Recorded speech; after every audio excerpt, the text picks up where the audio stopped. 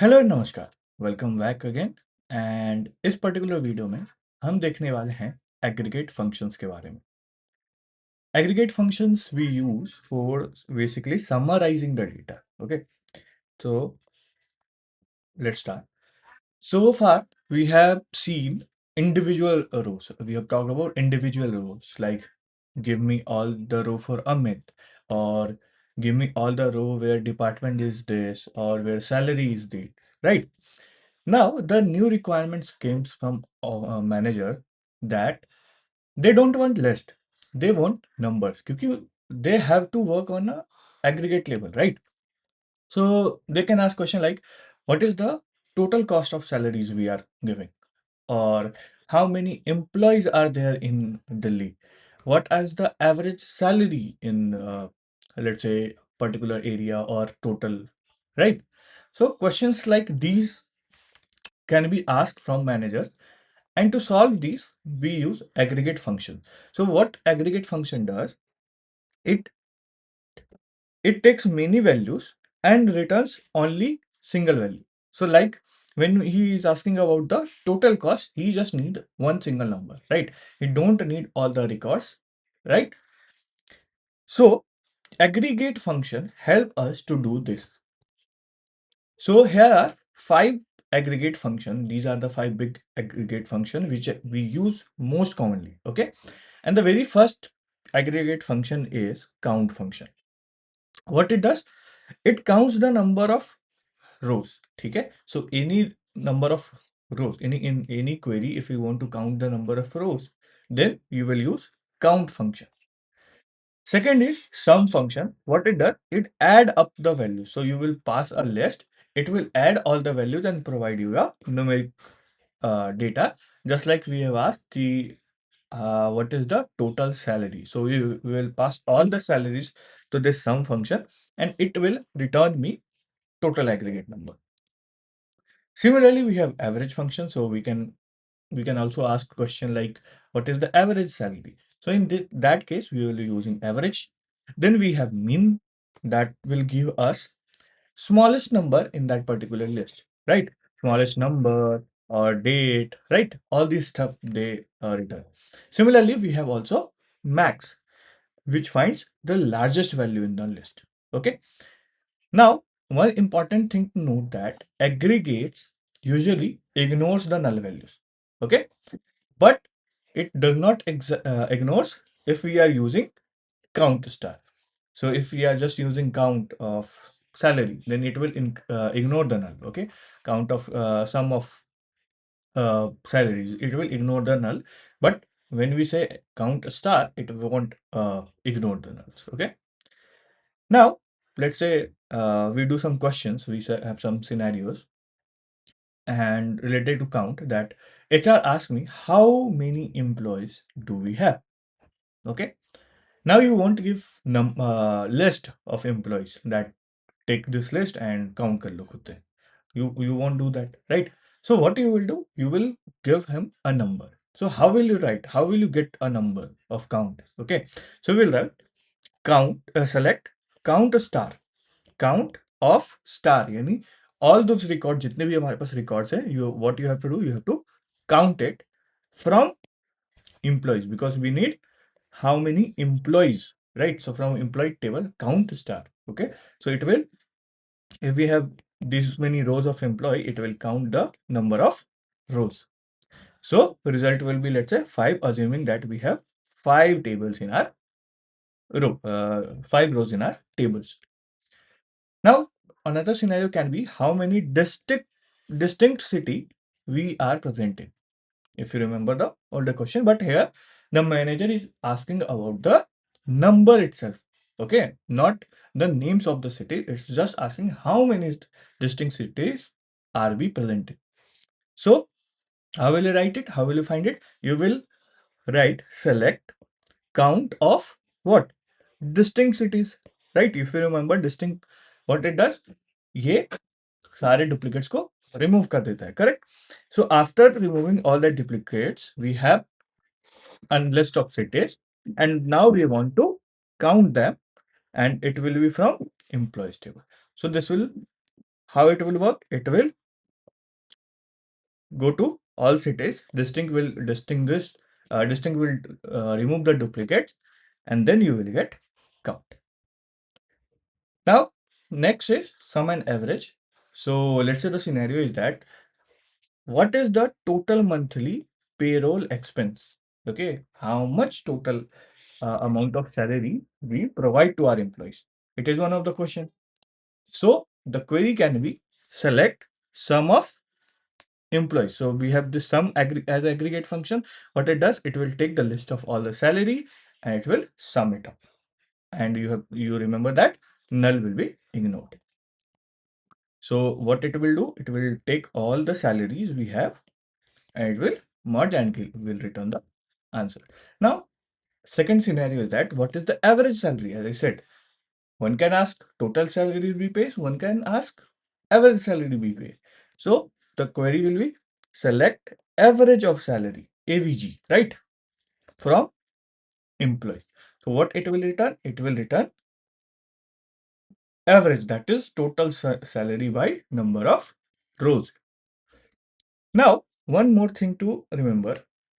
So when you do this average salary, okay, so it will return a record in a tabular form, okay, and when it returns the result, it gives a name to it, okay. So it will give column name sometimes like this, or just the formula itself in the table. So it will like column name will be AVG of salary, and let's say answer will be 60K. So it will return result like this, which we don't want. Okay, so what we can do, okay, so if you see, when you run the average salary, the column name in the output looks ugly. So to fix that, we can use aliasing with the help of as command. Okay, so what aliasing means giving a pet name or common name. So how we can give it? We can say select average of salary and we want to represent it as average pay. Okay, so we are saying whatever the result this will give us, store in a column name of this from employees. Store in a column name and column as. So store as a column name this. So now we will return column name average pay and the result will be whatever the average you have. Okay. So this is used to alias, give alias name. Okay. That is some common name or pet name you can say. Now let's level up a little more and try to combine previous concepts with it. Okay, so let's try to combine previous results with it. So the question is calculate the total salary only for the department IT. So what is the question? You have to calculate the total salary only for the department IT. That all those who are in IT department, I want to know what is the total salary I am paying to IT department. So what should be the execution logic? So if you think for a while, you will see that first you want the name of employees. So from where you will get the employees? From the employee table. Okay. So from employee table, where department is IT, which is our filter, right? In the question, we need only IT department. So the filter is where department is IT. Now what you want? You want to select sum of salary, right? The mathematics is calculate the sum. So what we did, we combined filtering with aggregation. So the query will be select sum of salary as IT total cost. Okay, so we have used as. So it is not that we will use aliasing at the average only. Okay, you can use it at any place and any time, right? At any place for giving a column name. Okay, not below. And also one thing you have to remember that you always use column name exact thing when you are doing some filtering or something like that. Okay, so aliasing will be used only at this particular part. So we will be seeing it as we go along. But one thing to remember, that don't use or aliases name at filtering. Okay, it will be helpful. So how it will work? The filtering will filter out all the IT department employees, and then some will sum up and give you the result in as a column name of IT total cost. Now we will be seeing about minimum and maximum, that is min and max command. So what it will used, it is used to find extremes like highest, lowest, oldest, newest, right? So the question is, what is the salary gap in the company? Okay, so a company is providing salary, there will be some salary which is lower to someone, right? So what is the salary gap? That is the minimum and maximum, and what is the gap between them? That is difference. Three things we want. So we'll write select. First we want lowest salary, that is minimum of salary. It will give us the lowest number of salary column as lowest, maximum of salary as highest, and then max of salary minus min of salary as gap. Now you can say that why don't we use highest and minus lowest? Okay, that won't work. That will give you error. That's why I'm saying whenever you are doing some filters or something like that, always use these. Okay, not don't use alias. Okay, so select minimum as lowest, maximum as highest, and maximum salary minus minimum salary as a gap from employee. And what it will do, it will give you lowest, highest, and gap, all three of our aliases, and then their numbers. Now let's put all of this together, and we have the question is that find the average salary of employees who live in Delhi or Mumbai but exclude the HR department. So all of the filters we have put together. So the query will be or the logic will be that we want city to be in Delhi and Mumbai, as question is who lives in Delhi or Mumbai, and department should not be HR. Okay, so we have to break down the query, the question what is being asked, and then convert it into the filters. Where are the filters? Where are the aggregates? And then you write the query. So after doing the filter, what do we have to do? We have to find the average, right? So the query will be find average salary as whatever you want to name it from employees tables where city in this and department not equals to HR. Okay, so how we will be reading this query? So it will be from employees where city in Delhi and Mumbai and department not equals to HR, select average salary as whatever the name is. So this is how we will be reading the query. Okay. So it is also important to know how to read the query. Like the 40% of the solution is when you know how to read the question and the query. So logic will be that it will be finding all the non-HR department and people who are in Delhi or in Mumbai, and it will take the average.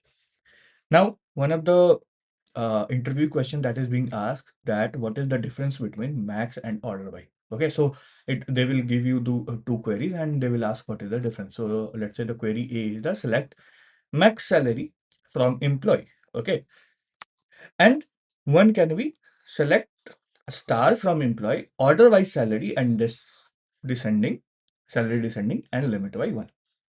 Correct. So if you see, both will be used to find the maximum salary, right? But what is the key difference here? So if you see, when we are doing select max salary from employees, okay, so it will only return a number, that is 80,000. That is the whatever the maximum number in this particular list. You don't see who earns it, correct? But in this, when you are saying select a star from employees, what it will do? It will find out all the records, all the columns of the employee. It will extract out. Now, when you say order by salary descending, so it will arrange those salaries in descending order, and you still have will have one whole rows, right? Now, when you say limit one, so it will just keep first record, correct? Now, what it will return? It will return the whole row, correct? That you will be able to see name, department, city, and salaries. Their salaries as well. You will be able to see all the records. While here you are only seeing the maximum amount, not who is earning it. So this is the main difference. Both the queries used to find the maximum salary, but in one case you can see who earns it as well. Okay, so that is the key difference you have to know. So the tip is use maximum if you need the statistics only, correct? But use order by if you need the records associated with that statistics. Okay, so that is the key difference you have to keep in mind. So summary is that what we have seen the aggregates which collapses many rows into one result. We have seen the key function, that is count, sum, average, and minimum, maximum. We have also seen the interaction with where, right? Also, we have seen the alias, and one of the tip which I gave, that don't use it in filters, right? So I hope you got whatever I was trying to teach here. And if you like the video, please like the video, hit the like button and subscribe.